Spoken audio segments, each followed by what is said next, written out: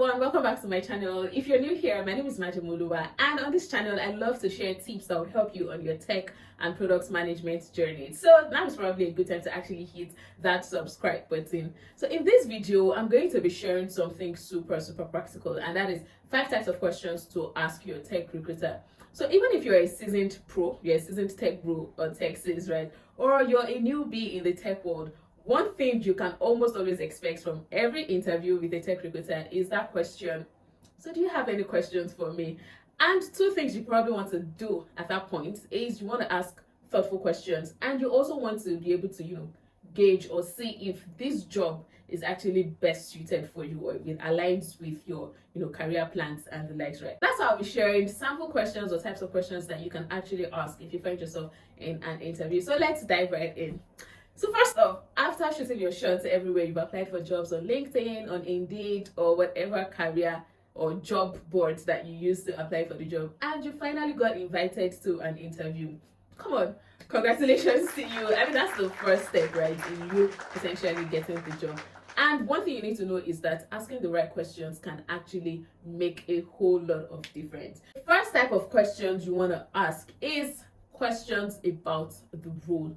Right, you want to ask questions that helps you get a better understanding of the role and to also know if this role is actually suited for you. Of course, you've seen the job description, you've read through, based off of what was written in the description, what they are looking for, right? But sometimes there are actually certain things in the job descriptions that just makes it a bit verbose, and sometimes it probably does not even capture all of the things that you're actually expecting, right? So you can usually use this opportunity to ask questions that just helps you understand or get a good sense of what you're looking for this role. So sample questions you can ask are: can you tell me more about the day-to-day responsibilities of this position? Or what are the key skills or experiences you're looking for in an ideal candidate?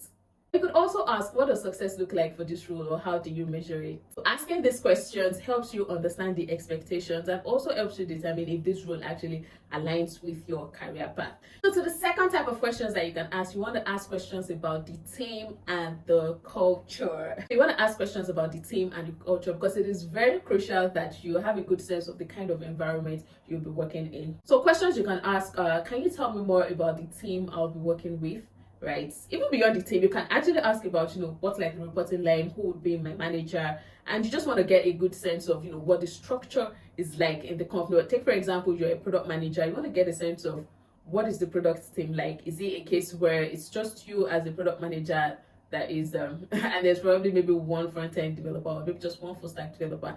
There's no software tester. I mean, it's not compulsory to have a software tester, but it just helps you just have a good sense of what kind of environment you'll be working in. Or if it's a case where it's a company where there's a product manager, there is a project manager, there is a scrum master, there is a product owner, and different roles like that, right? Just knowing that upfront also helps manage your expectation. It also helps you understand the kind of environment you'll be working with. Also, what's the reporting like, right? So as a product manager, am I going to be my own boss, or am I probably going to be reporting to maybe a senior product manager, or like a product leader, a product director, or a chief product officer, right? Just having a good sense of the kind of environment, the kind of team, what the team structure is, what the team structure looks like, can actually be helpful. You could also ask the person, how would you describe the culture of the company, right? Trust me, for companies that have great cultures, the recruiters are usually, in fact, before you ask them, they're already pitching and telling you about things that makes their culture great.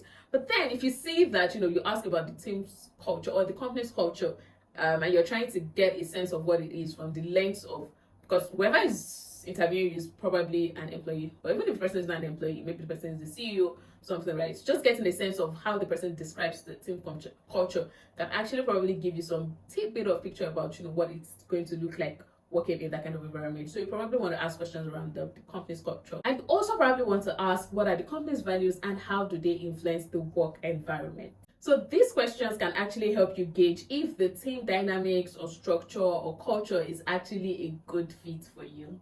So now to the third type of questions that you can ask. So that would be questions about growth and development. Of course, you don't want to remain in the same position all through your career. You don't want to be in the same place you are in year 1 and say 2, 3, 4, 5 years down the line, you're probably in the same place, same skill set, same experience, and the likes, right? There's really no growth or development. So whatever company you're going to be joining or whatever company you're interviewing with, it's probably good to have a good sense of what the company's plans are for growth and development. You probably want to ask a question like, what opportunities for professional development does the company offer, right? So I think a good case study would be like where I work currently. I think we have like a learning and development stipend. It's a couple of dollars, right, that every employee has access to every year for whatever professional course or certification, or even if you want to use it to like just chatter books, right, that is available for you. I mean, it just shows that the company prioritizes the growth and development of employees, right? So it's probably something you want to ask upfront. You also want to ask, is there a clear career progression path for this role, right? Again, like I said, you don't want to be stuck in the same place forever or for too long, right? So take, for example, you're a software engineer or you are interviewing for a junior software engineer role. You get in as a junior software engineer, you actually want to know what the career progression is going to look like in that role. Say after 1 year or after, whatever sort of impact you're able to contribute to the team, you can grow to like a level 1 software engineer, and maybe they have matrix, right, that you grow through. So there's like a level 1 software engineer, there's a level 2 software engineer, and then you grow to a senior software engineer, and then you can maybe grow to being a tech lead or a solutions architect, whatever the trajectory is. And who knows, you probably also grow to being the CTO, right? But it is actually usually good to know upfront what the career progression is going to look like in the role and in the company. Knowing about growth opportunities can help you assess if this job or if this role actually aligns with your long-term career aspirations. And to the next type of questions you want to ask, that would be questions about the hiring process. Here, you heard me right. Questions about the hiring process.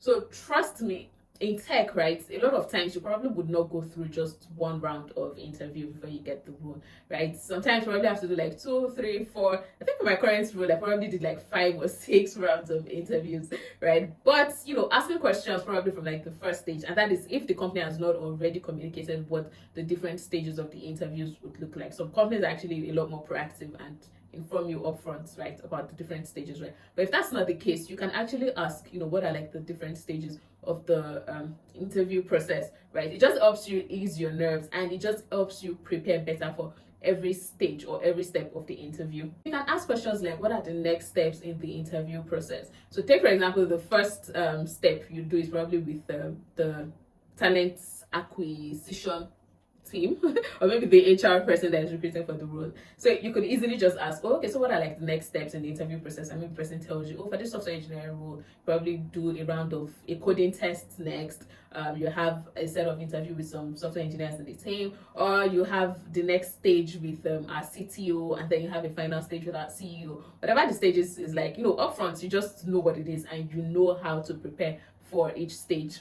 You can also be direct and just ask, how many interview stages would I have to go through, and who will I be meeting with each of this stage or in each of this stage, right? You can be direct. I mean, it's an interview, you have the opportunity to ask questions. So you can actually just ask that question upfront, and then oh, okay, there's going to be 4 stages and this, or these are people you'll be meeting in each stage, right?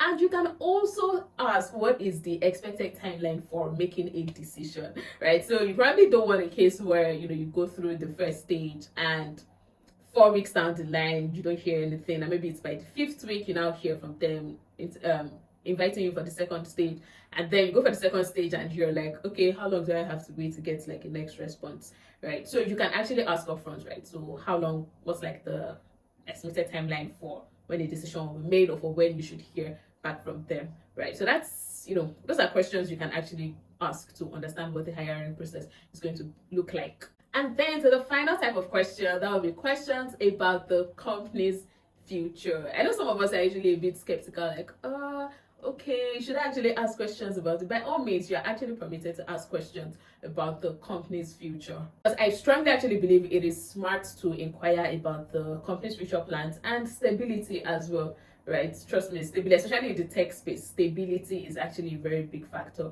in you deciding on which companies to join, right? So you want to inquire about this upfront. So you can ask questions like, what are the company's long-term goals and vision? How does this role contribute to the company's overall objectives? Or you can even ask, can you share any recent successes or upcoming projects, whether like the what's like the next big thing the company is working on, right? You can actually ask questions around this. Asking this type of questions actually shows your interest in the company's future, or even your interest in, how can you contribute to the company's future. And there you have it, 5 types of questions to ask your tech recruiter. Remember, interviews are a two-way street. The interviewer is asking you questions, and you also have the opportunity to ask the interviewer questions as well. So if you found this video helpful, please give this video a thumbs up and subscribe to my channel. Hit that subscribe button now. I'm trying to hit 1,000 subscribers before the end of this month. So please hit that subscribe button, and don't forget to share it with anybody that you know in the tech space. And you can also ask questions in the comment section.